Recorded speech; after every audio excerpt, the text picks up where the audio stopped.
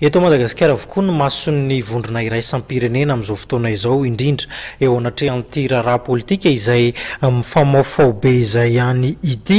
Omaly ary dia nisy ny fanambarana izay navoakan'ireo teo anivon'ny COI tamin'ny alalan'ny filohan'ny filan-kevitry ny voamerany ranomasimbe indianina. Voarantsika ato anatin'ity fanazavana manaraka ity ny fanadihadiana momba izay.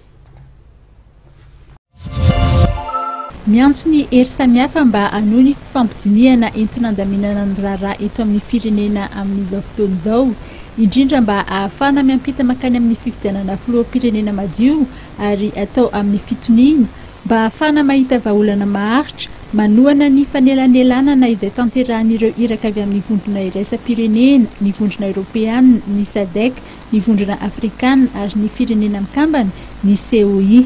Mampatsiany tokony anarahana trany ny lalàna sy ny rafitra misy ary ny anaovana fifidianana ara-demokratika ny vondron'ny firenena ao anatin'ny ranomasimbe indianina.